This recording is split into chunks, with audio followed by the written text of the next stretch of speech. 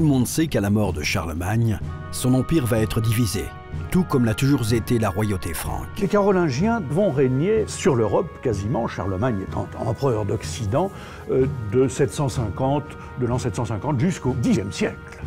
Et que de cette division émergera un nouvel ordre avec l'avènement d'une nouvelle famille à l'ouest du Rhin, les Capétiens.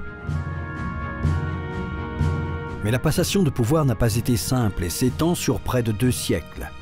Les Capétiens vont régner de 987 et en passant jusqu'aux Orléans, qui sont également des Capétiens, jusqu'en 1848. La période capétienne, c'est la période où il y a une expression qui fait florès, c'est le roi passe et dit à un comte « mais qui t'a fait comte ?» et le comte répond « mais et toi, qui t'a fait roi ?»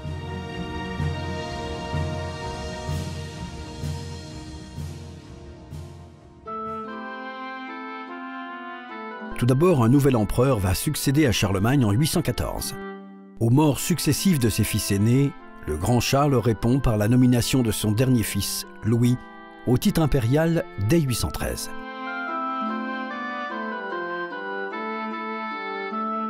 Mais le premier Louis de l'histoire de France va rechercher une légitimité sans délégation. Il organise son sacre 3 ans plus tard en faisant venir le pape à Reims. En 816, il devient ainsi le premier monarque sacré à Reims. Louis est un nom qui dérive de la latinisation du nom franc, Clovis. Le dernier carolingien à avoir la main sur l'empire constitué par son illustre père est ainsi directement rattaché au premier mérovingien, premier roi du peuple franc unifié. Après l'effritement de l'empire carolingien, une nouvelle dynastie va s'installer durablement sur le trône de la partie occidentale de l'État, créée par Charlemagne. La consolidation du pouvoir des Capétiens s'effectuera pendant un XIe siècle marqué par 2 événements qui vont influencer durablement la société du Moyen-Âge. La conquête de l'Angleterre par Guillaume le Conquérant et la première croisade.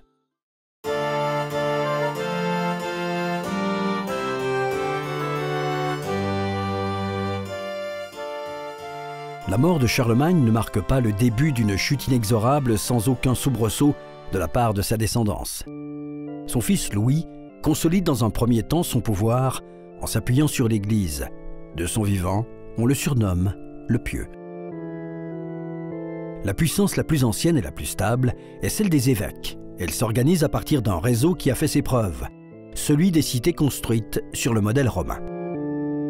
Mais de nouvelles villes apparaissent s'articulant autour de grands monastères qui constituent bientôt un réseau soutenu par l'empereur lui-même. Suivant la règle réformée de Saint-Benoît, ces monastères font construire des abbatiales, des églises dont l'iconographie permet l'établissement d'un lieu culturel structurant. La population laïque est encadrée par ces modèles de pureté et l'Empire en reste unifié pendant un temps. Pendant un temps seulement. Les disparités vont bientôt s'imposer. L'héritage de Charlemagne ne peut s'étendre davantage. Il manque de dynamisme. Tout l'Occident est chrétien. Le seul défi est bientôt de défendre les acquis. Défendre les acquis, car des embarcations profilées, très légères, très colorées aussi, dont le fond permet de naviguer en eau douce comme d'affronter des lames de fond, commencent à apparaître régulièrement sur tout le pourtour du littoral de la terre des Francs. Des monstres en guise de proue. Ces navires sont manœuvrés par des hommes qui cherchent à survivre. Ce sont les Vikings. On va voir jaillir des embarcations rapides, nerveuses, légères, que l'on va nommer à tort les dracars, parce que le dracar n'est que la tête du dragon qui est à l'avant, mais que scientifiquement on appelle des esnecks. Et à bord de ces bateaux, eh bien, il y a des géants blonds qui ont des mines patibulaires et des noms qui sont aussi patibulaires que leur air, puisqu'il y en a qui s'appellent Ragnar aux culottes poilues, un autre s'appelle Siegfried aux dents noires. Des marchands devenus pillards, remarquables marins, des païens qui cèdent à la tentation de toutes les richesses qui s'accumulent dans les monastères de Grande-Bretagne et de Francie. Ils sont païens, ils ont leurs dieux barbares, les dieux venus du Nord, car ils viennent de Septentrion, c'est-à-dire du Grand Nord, du Danemark, de Norvège, de Suède, etc. Et ils adorent Odin. Si bien que quand ils arrivent sur nos côtes, Ils s'enfoncent dans les cours d'eau, dans les fleuves, dans les rivières. Ils détruisent les abbayes, ils tuent, ils violent. Ils fuient la misère de leur terre natale et sèment la panique. Dans un premier temps, ils ruinent le commerce, l'essentiel étant fluvial.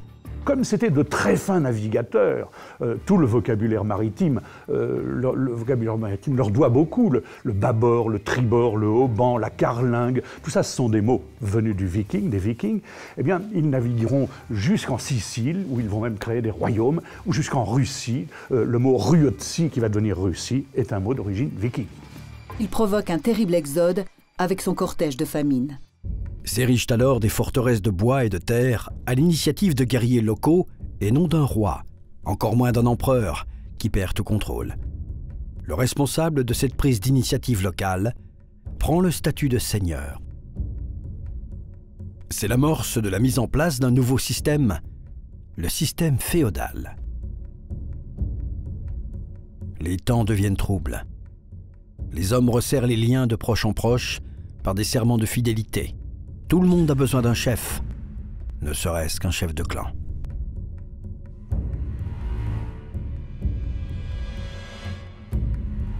C'est dans ce contexte de crise que se prépare la succession de Louis.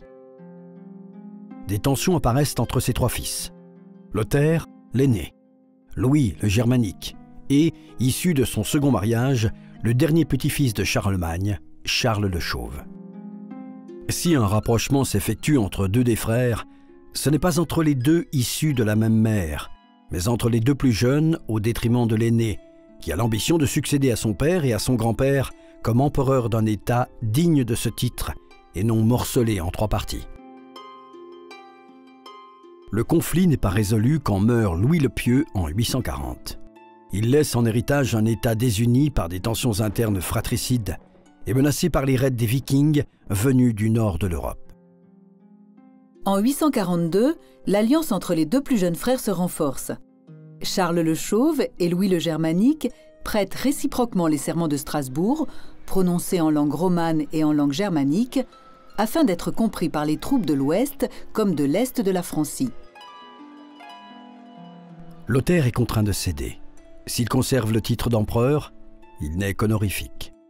L'Empire est lui bien divisé lors du partage de Verdun en 843. Trois entités se dessinent alors: Italie, Germanie et Gaule ou Francie. À la mort de Lothaire en 855, le titre d'empereur est transmis à son fils aîné, Louis II le Jeune, et son territoire partagé une nouvelle fois entre ses trois fils. L'empereur est maintenant moins puissant que ses deux oncles, Louis le Germanique et Charles le Chauve. C'est d'ailleurs la raison pour laquelle les hostilités reprennent entre les deux fils survivants de Louis le Pieux. Chaque royaume s'assure de la fidélité des seigneurs dont il a besoin pour mener une guerre et défendre son territoire. Pour conserver un rapport de force favorable, chacun concède petit à petit de sa puissance publique qu'il est censé incarner et permet au système féodal de se substituer peu à peu au système carolingien. On ne se dispute pas tant des territoires que des comtés, des abbayes, des hommes et leur fidélité. Non seulement les charges laïques deviennent héréditaires, mais les charges spirituelles se laïcisent et s'entichent du même travers, l'hérédité. Comme elles ne peuvent pas se transmettre de père en fils, ces charges demeurent dans la même famille par le biais du népotisme. L'abbé laïque, un grand seigneur féodal, transmet son honneur à son neveu, qui n'est autre que son fils cadet dans certains cas. Les seigneurs locaux responsables de la sécurité de la population face aux raids vikings se voient inféodés par des seigneurs régionaux qui ont mis la main sur toutes les sources de revenus, comtés et abbayes. C'est la constitution d'une pyramide féodale, des vassaux aux suzerains.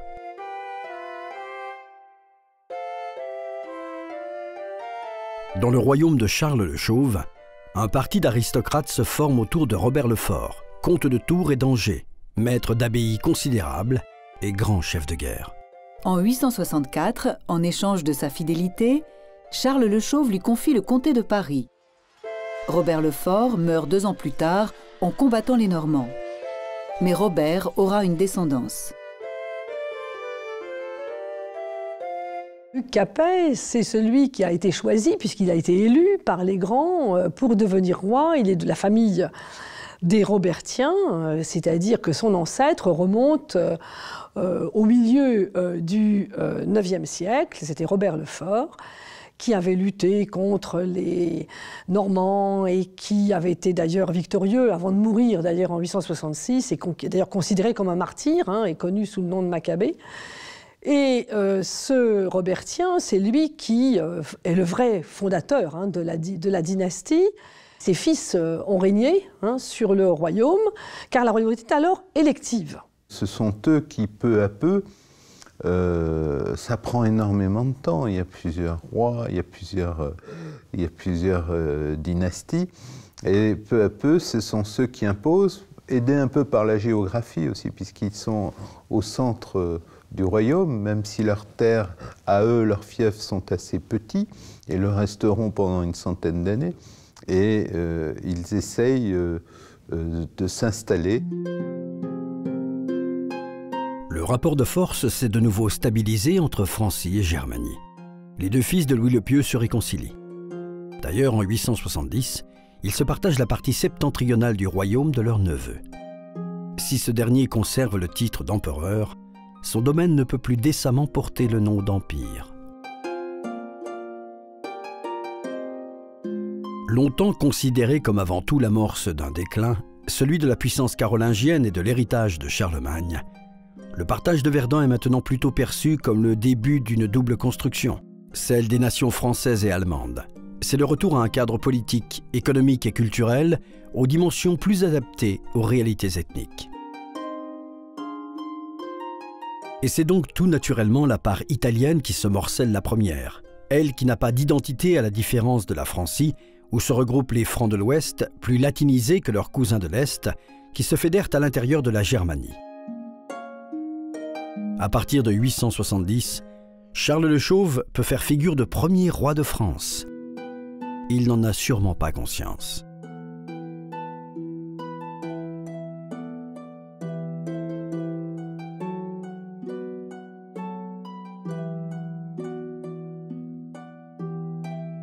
En 875, après la mort de son neveu empereur, Charles le Chauve hérite du trône impérial ainsi que des royaumes d'Italie et de Provence.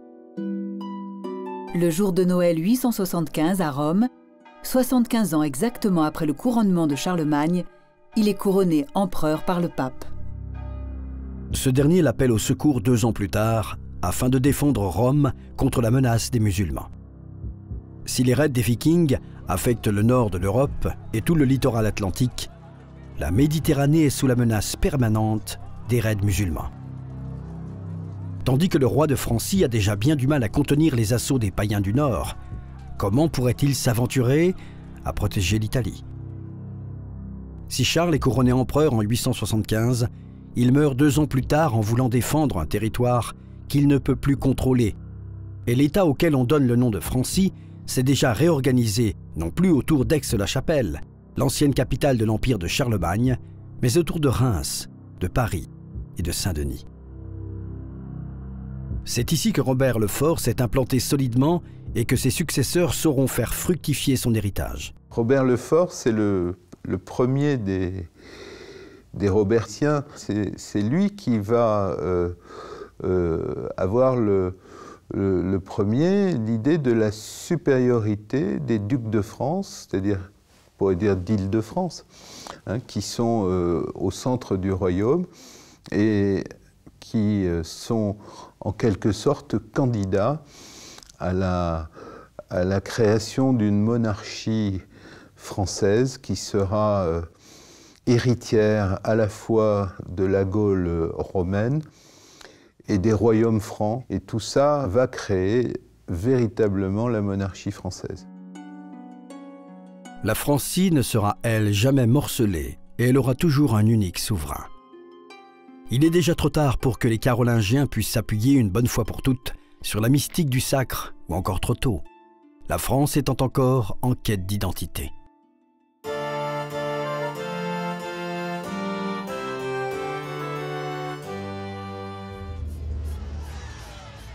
Les années qui suivent la mort de Charles le Chauve sont celles où les Vikings lancent leurs campagnes les plus dévastatrices. Les descendants de Charles le Chauve se succèdent rapidement jusqu'à Charles le Gros, fils de Louis le Germanique. Si le Carolingien défait quelquefois les Vikings, il essaie de trouver un compromis quand il menace Paris. C'est Eudes, comte de Paris et fils de Robert le Fort, qui résiste à l'envahisseur en 885 et sauve la ville du péril normand. Face à la menace païenne, le peuple chrétien ne semble plus pouvoir compter sur les Carolingiens. Si ces Vikings peuvent être considérés comme une punition divine, les descendants de Charlemagne ne passent pas le test avec succès. À la mort de Charles le Gros en 888, c'est Eudes que les grands du royaume choisissent pour roi, alléguant que l'héritier des Carolingiens, Charles le Simple, est trop jeune pour régner. Eudes est sacré roi des Francs à Compiègne le 29 février, puis de nouveau couronné à Reims le 13 novembre. Il peut accepter cette responsabilité car il a un frère, Robert.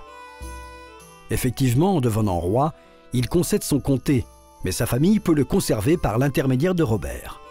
Ainsi, sa dynastie ne perd pas l'essentiel dans ce système féodal, qui n'est pas le titre de roi, mais le titre de comte de Paris, avec toutes ses abbayes et ses revenus, et tous les hommes qui y sont rattachés par un serment de fidélité.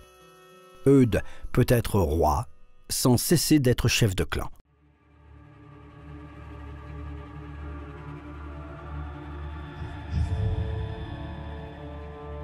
Les grands qui ont élu Eudes ne vont chercher qu'à l'affaiblir. Un roi qui centraliserait non plus symboliquement le pouvoir, mais l'exercerait réellement, leur ferait perdre leur influence dans le système féodal. Pas question de substituer au système carolingien un système robertien qui contrôlerait tout.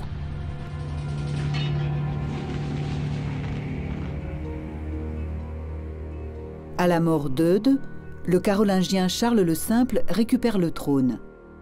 De toute façon, Eudes n'a pas de fils, et son frère n'en a pas encore, mais cela ne va plus tarder. Eudes est enseveli à Saint-Denis en 898. C'est donc un Carolingien qui, en 911, règle le problème viking en cédant à leur chef Rollon une partie de son territoire, Rouen. En échange, Rollon devient Robert en se baptisant et en rendant hommage au roi de France. Les Normands, car ce sont les Normands, les Vikings Nordmann, les hommes du Nord, venus du Nord. Et ces gens-là vont finir par s'installer définitivement dans ce qui était la Neustrie et qui va devenir la Normandie en 911, quand le roi de France, Charles le Simple, va dire à Rollon, au grand patron, Rollon, le chef des Vikings, « Bon, écoutez, installez-vous ici et puis vivons en bonne compagnie les uns avec les autres. » Et c'est ce que va faire Rollon.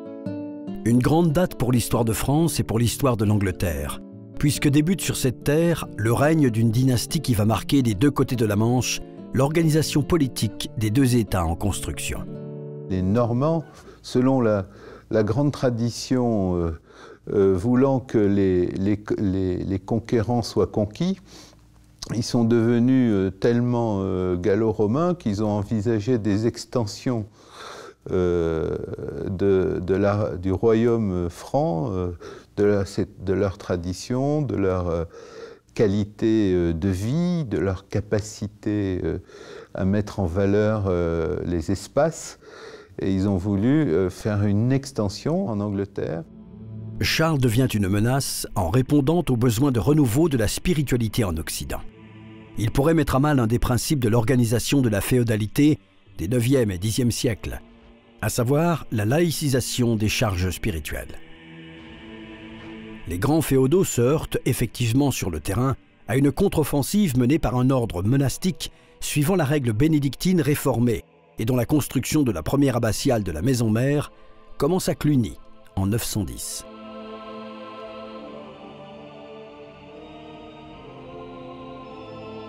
Les historiens sont d'accord aujourd'hui pour dire qu'il s'agit de la fondation par Louis le Pieux, le fils de Charlemagne, qui a comme ça fondé et favorisé beaucoup d'autres abbayes, dont nous situons au début du IXe siècle.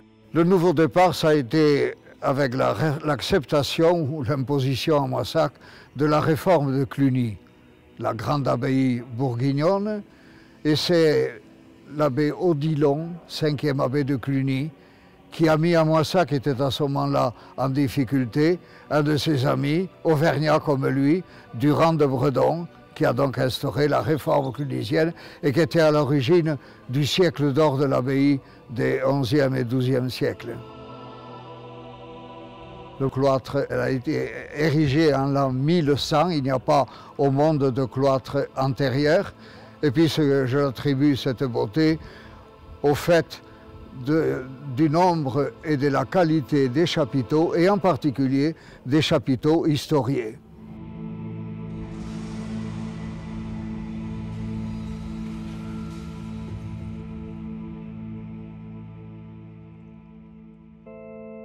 En 922, Charles le Simple est purement déposé, ce qui permet un retour rapide sur le trône de roi des Francs du comte de Paris, Robert Ier, frère de Eudes. Dès 923, celui-ci décédant sans héritier en âge de gouverner, on préfère même faire passer la couronne sur la tête du duc de Bourgogne, Raoul, plutôt que sur un carolingien capable d'incarner le pouvoir à l'échelle de la Francie. Finalement, la couronne revient à un carolingien en 936. Les 3 derniers carolingiens à se succéder vont renforcer le pouvoir royal. L'ordre monastique, issu de Cluny, prospère, apportant des réponses au chaos de ces siècles.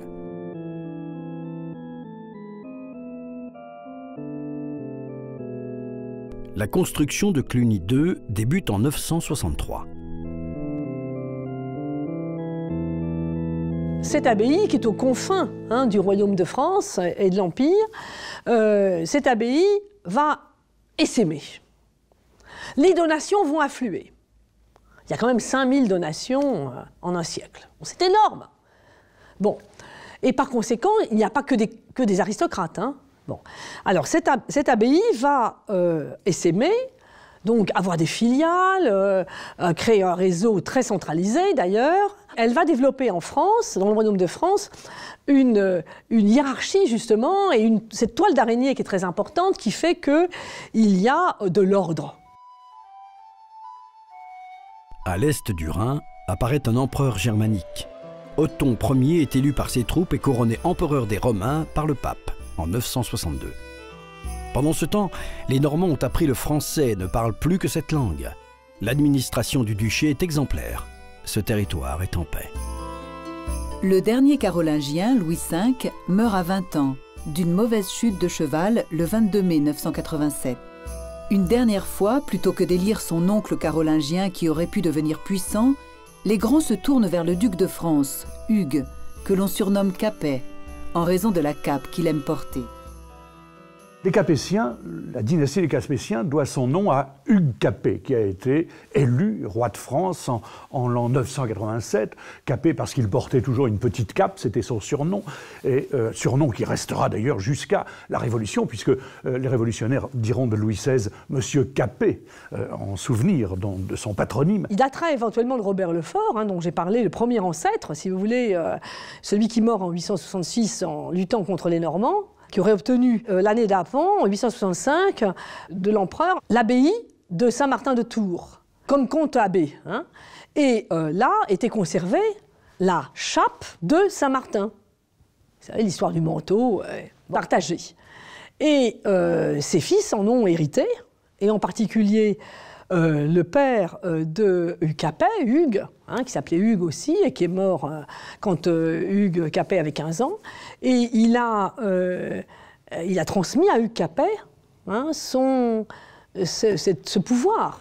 Hugues Capet devient roi parce qu'il semble plus facilement manipulable et moins puissant. Son royaume se cantonne à l'Île-de-France. Le roi, c'est le duc de France, c'est un chef d'une famille noble, un peu plus prestigieuse que les autres, mais à peine plus prestigieuse. On est loin de la grande organisation carolingienne. Là, on arrive avec les Capétiens dans l'organisation de la suprématie des seigneurs les uns par rapport aux autres. Le roi se cantonne à ce qu'on appelle son domaine. Le domaine royal, c'est-à-dire l'ensemble des terres et des droits sur lesquels il exerce son pouvoir directement. C'est sa principauté à lui. Mais autour, il y en a d'autres. Autrement dit, on a un royaume qui est constitué d'une mosaïque de principautés. Et ces principautés fonctionnent exactement de la même façon que la principauté royale. C'est-à-dire qu'on y a institué des princes qui se transmettent le pouvoir de façon désormais héréditaire à partir du XIe siècle. Ces princes connaissent évidemment une structure de société féodo-vassalique. Ils concèdent une partie de leur territoire à des seigneurs qui sont inférieurs dans le rang de l'aristocratie. Et qu'est-ce qu'ils leur concèdent? Ils leur concèdent des fiefs. Hein, et dans ces fiefs, il peut y avoir des droits de justice, un château, etc. Comment il gouverne, le roi? Pas par des actes législatifs, mais par des chartes ponctuelles données à tel ou tel seigneur, laïque ou ecclésiastique. Ces chartes sont le fruit d'une requête, le plus souvent. Et la charte comporte le plus souvent un don. C'est-à-dire que l'acte politique est d'abord un acte de générosité octroyé par le roi. Cela implique que la cour du roi est un réceptacle de demandes, de requêtes. De la part de qui? Essentiellement des aristocrates. Mais la cour des Capétiens, des premiers Capétiens surtout, je l'imagine comme un lieu assez libre d'accès pour la personne royale. Le roi va s'entourer petit à petit d'un chancelier pour ses écritures, d'un connétable, d'un sénéchal, de bouteillers. Mais ces offices, vous le voyez, sont des offices qui sont à cheval et qui mêlent intimement le privé et le public. Ce sont des offices de maison, de bouche. Le boutillier, c'est clair, c'est celui qui s'occupe aussi de la table et des vins. Voilà. Mais en même temps, il peut prendre des décisions, vous voyez, ils font partie de l'entourage et ils ont un titre. Et qui sont ces officiers? C'est la fine fleur de l'aristocratie d'Île-de-France qui vient entrer au service de la monarchie capétienne. Des Capétiens directs aux Valois puis aux Bourbons pendant 8 siècles, ce royaume allait s'agrandir tout en ayant à sa tête un représentant de la même famille, celle dont le premier représentant avait été choisi parce qu'il semblait faible. Les Capétiens vont régner jusqu'en 1848 avec Louis-Philippe. Alors avec évidemment les Capétiens directs, ensuite la branche sera la branche des Valois, ensuite la branche des Bourbons, et puis on terminera avec la branche des Orléans.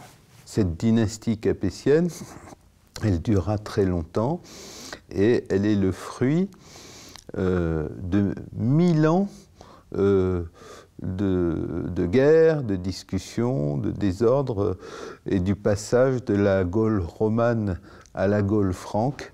On s'aperçoit que c'est là que se construit la France. Et en 987, avec Hugues Capet, on peut parler de France.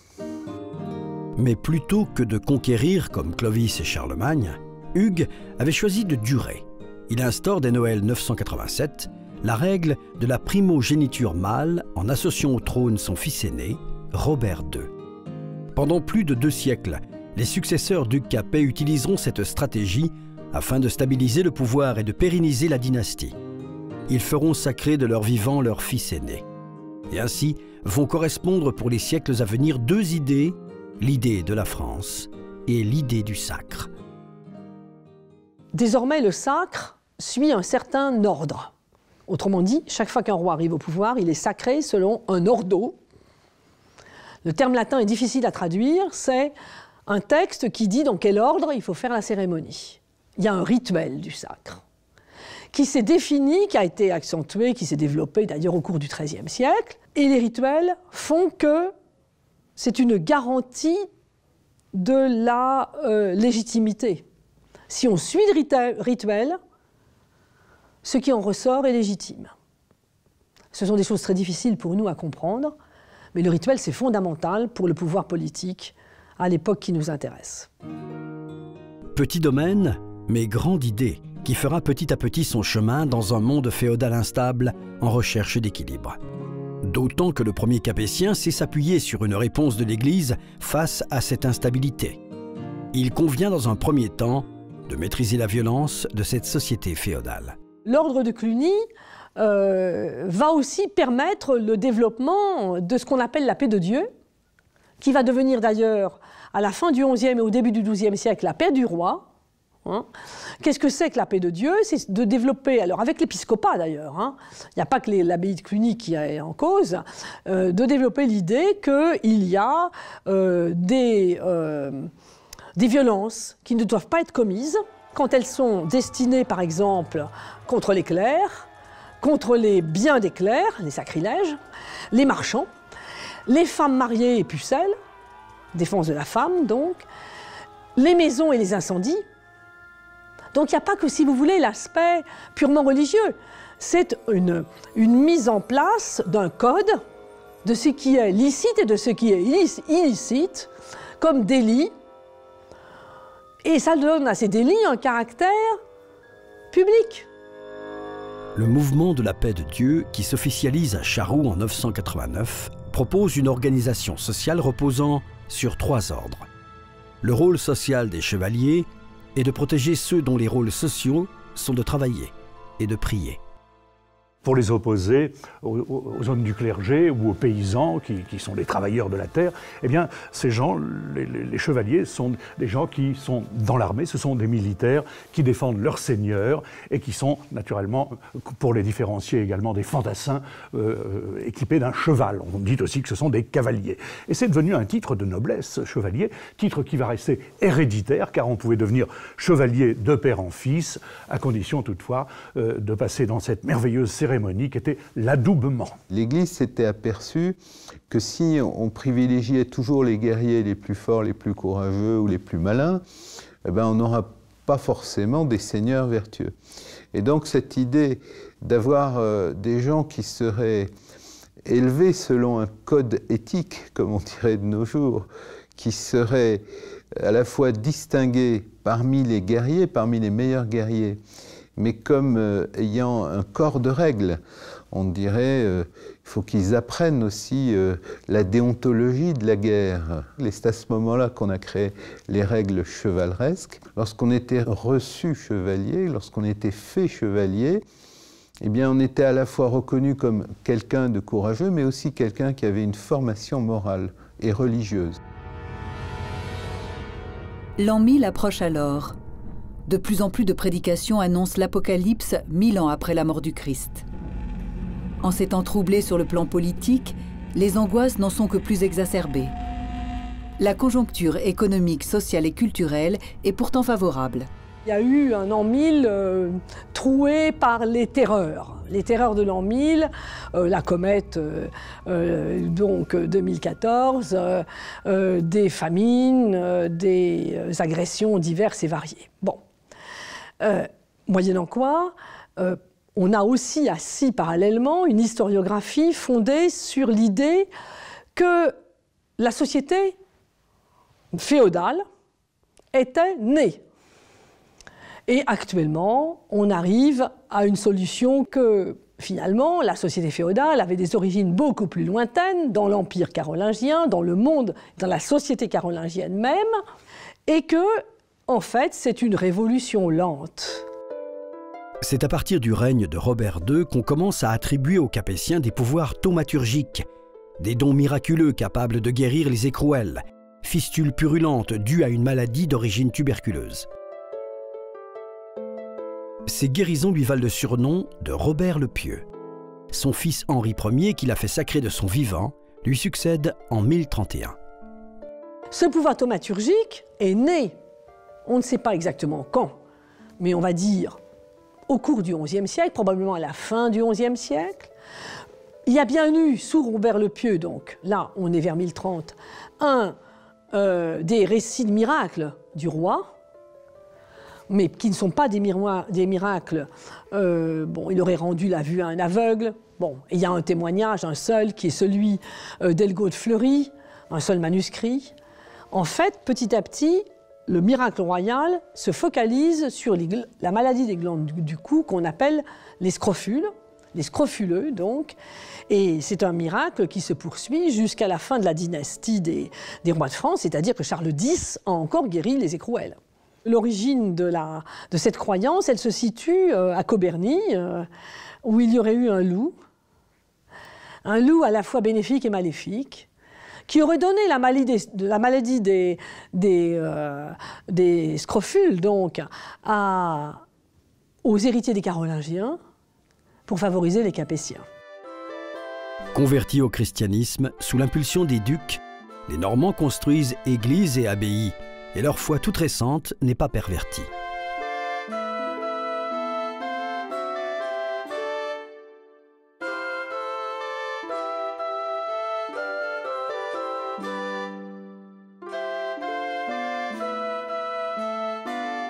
C'est en voulant effectuer un pèlerinage en Terre Sainte qu'en 1035 meurt le duc de Normandie, Robert le Magnifique.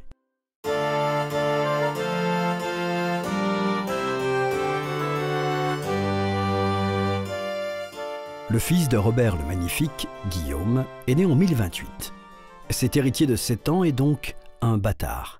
Robert le Magnifique est un duc de Normandie, un des descendants du tout premier, de Rollon, le créateur de la Normandie, au traité de Saint-Clair-sur-Epte en l'an 911. Et Robert le Magnifique est un homme qui est un duc qui arrive dans la ville de Falaise, qui tombe sous le charme de la petite Arlette de Falaise, qui était en train de laver son linge, c'était la fille d'un tanneur. Il va lui faire un fils, mais sans être marié.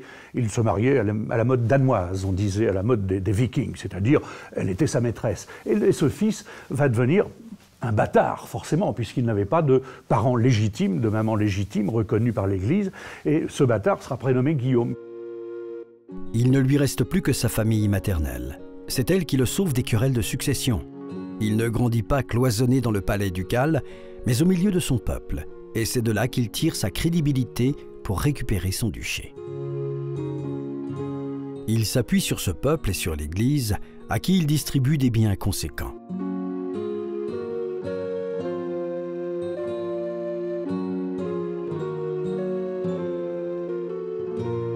Son mariage avec Mathilde de Flandre renforce encore une Normandie administrée d'une façon rationnelle et réunie autour de valeurs pures.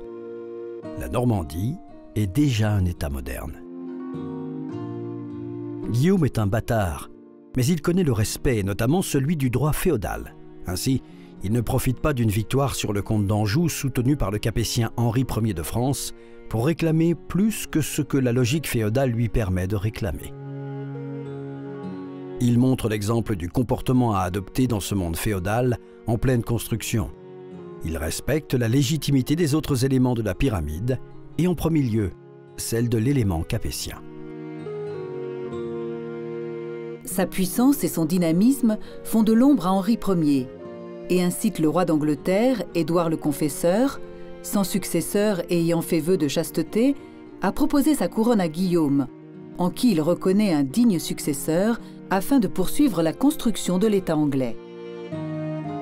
Guillaume le Bâtard devient roi à la mort d'Édouard le Confesseur en 1066.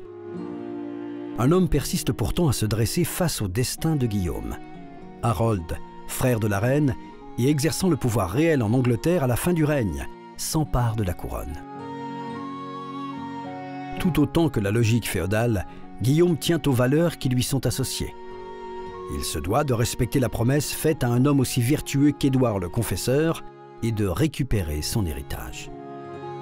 D'ailleurs, Guillaume a l'appui du pape, qui lui transmet non seulement sa bannière, mais aussi un cheveu de Saint-Pierre dans un anneau, le tout consacré de sa main.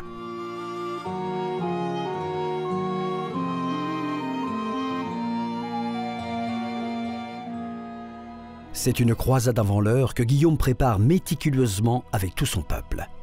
Bûcherons et charpentiers lui construisent une flotte de 600 navires, capables de transporter des éléments préfabriqués de fortin, des machines de guerre, des chevaux, l'approvisionnement de toute une armée. 7000 hommes, parmi lesquels beaucoup de laissés pour compte de la pyramide féodale, les fils cadets des seigneurs de Normandie et à qui il promet un fief sur la terre d'outre-Manche. De violents vents contraires repoussent le départ et font croire à un mauvais présage. Ses pressentiments se confirment alors que la flotte longe la côte à vide et que d'un second lieu d'embarquement, l'appareillage est toujours impossible. Guillaume se décide à organiser avec toute son armée une procession, la nuit. Une comète passe dans le ciel et le vent se met alors au nord. Guillaume prend la tête de la flotte sur le navire battant pavillon pontifical, Croix-Rouge, sur fond blanc.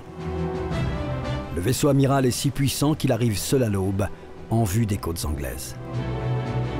Ce n'est qu'en milieu de matinée que le reste de la flotte rejoint le bateau de Guillaume et que le débarquement peut s'effectuer, le 29 septembre 1066. Harold n'y croyait plus. De Londres, il marche avec son armée à la rencontre de Guillaume le Bâtard, jusqu'à la colline de Hastings, d'où il décide de repousser les vagues normandes en édifiant un triple barrage. De flèches tout d'abord, de boucliers et de javelots dans un second temps, enfin pour ceux qui survivent, un troisième rempart constitué de haches, de celles que les Vikings affectionnaient. Et les vagues sont effectivement repoussées. Le chaos est tel dans les rangs français que l'on croit Guillaume mort. Il relève la protection nasale de son casque et avant de lancer un nouvel assaut, ordonne à ses archers d'incliner leurs tirs vers le haut afin de contourner la muraille de boucliers et fait abattre une pluie de flèches sur l'armée anglaise. Les flèches tombent du ciel et l'une d'elles transperce la tête d'Harold de part en part. L'usurpateur est mort et au soir, son triple mur finit par céder. Les vagues normandes déferlent sur toute l'Angleterre. Guillaume le Bâtard devient Guillaume le Conquérant. Par la volonté de Dieu, il est couronné roi d'Angleterre le 25 décembre 1066 dans la basilique de Westminster. Guillaume met en place un système féodal centralisé et donc performant. La rigueur administrative normande traverse elle aussi la Manche et lance l'Angleterre sur la voie du modernisme politique. Avec la pierre de Caen, on construit la Tour de Londres. Le français devient la langue officielle. L'anglais n'est plus enseigné. Utilisé uniquement par le peuple, il se simplifie. C'est un territoire qui, petit à petit, adoptera les traditions, on pourrait dire gallo-romaines, matinées de culture franque, ce qui faisait un peu l'originalité du royaume de France, une espèce de bouillonnement de traditions, de droit romain, de traditions guerrières, d'héritage gaulois aussi, parce qu'il y a là-dedans des traditions gauloises qui sont maintenues. Bien, tout ça essaimera en Angleterre.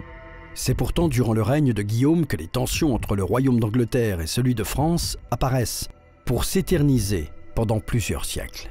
Guillaume est roi d'Angleterre et la Normandie est quasiment anglaise. Il est duc de Normandie, mais c'est un bien de l'Angleterre. Et c'est une affaire qui va durer pendant des siècles et des siècles, qui entraînera des guerres de 100 ans et des conflits interminables avec l'Angleterre, bien sûr. Philippe Ier, le nouveau roi de France, se méfie de l'influence du conquérant et fait tout pour la limiter en excitant la crainte de la Bretagne et de l'Anjou face à cet ambitieux voisin et en participant activement à des coalitions anti-normandes. Il stimule des dissensions à l'intérieur même de la cellule familiale de Guillaume.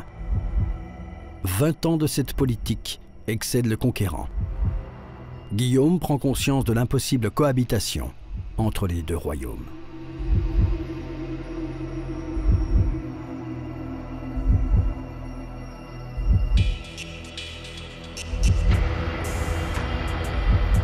C'est en 1087, sur la route de Paris, que son cheval trébuche sur une braise ardente et qu'il trouve la mort.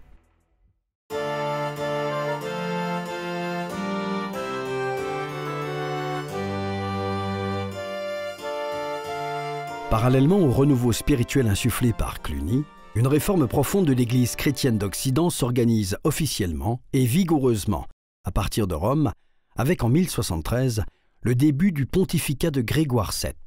Le voyage est assez long, donc il y a eu une période féodale plus douteuse, enfin on a eu du mal à s'en sortir, mais la réforme grégorienne a cherché justement à donner la pleine liberté aux abbayes, les sortir de l'autorité des rois ou comme ici des comtes de Toulouse. Un schisme a provoqué une rupture entre Rome et Constantinople sur le plan dogmatique, une rupture avec les chrétiens d'Orient.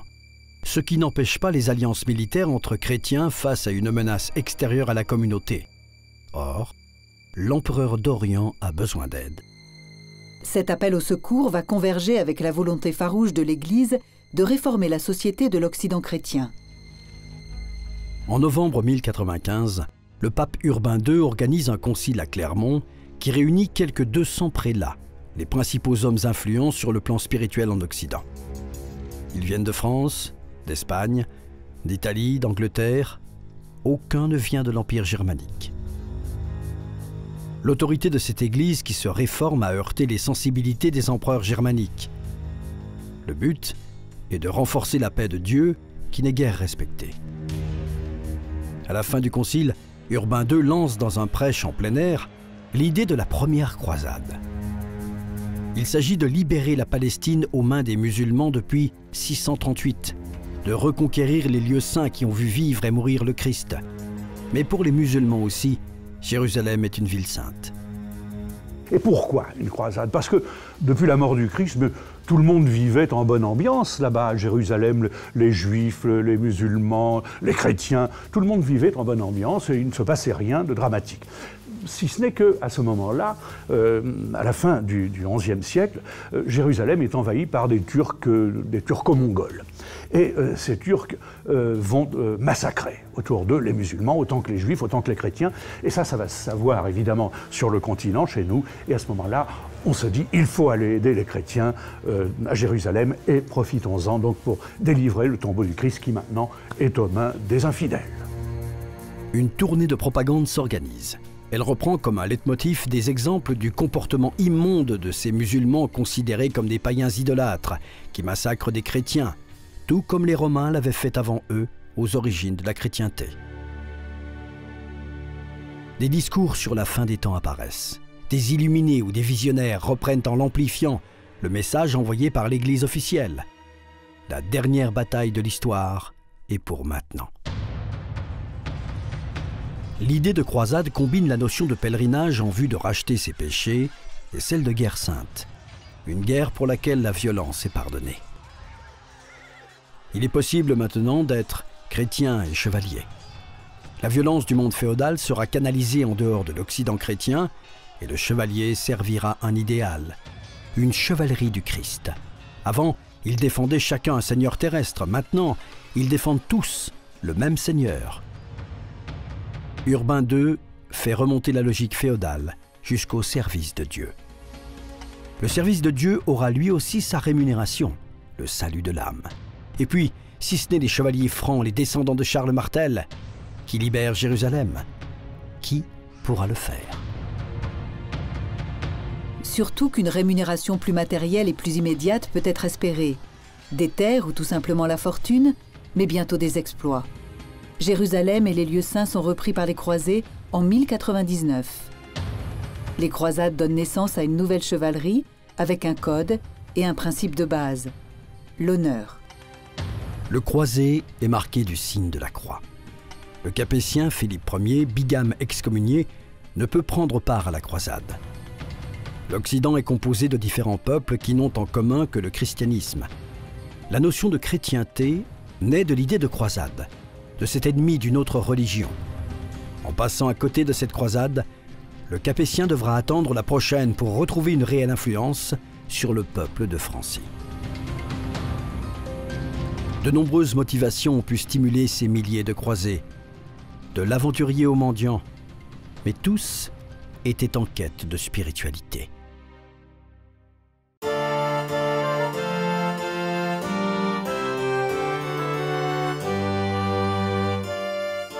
À la mort de Guillaume le Conquérant, viendront les problèmes de succession au royaume d'Angleterre qui ne seront véritablement réglés qu'avec l'accession au trône de la dynastie Plantagenet. Mais c'est l'héritage de Guillaume en termes d'organisation politique qui leur permettra d'asseoir leur autorité. L'idéal de croisade, lui, bercera tout le Moyen-Âge et traversera les siècles. L'utilisation du système féodal créé par Guillaume le Conquérant, avec son organisation pratique, ainsi que l'idéal de croisade et sa philosophie, permettront aux futurs Capétiens de fédérer et d'asseoir leur autorité sur un territoire qu'on appelle la France.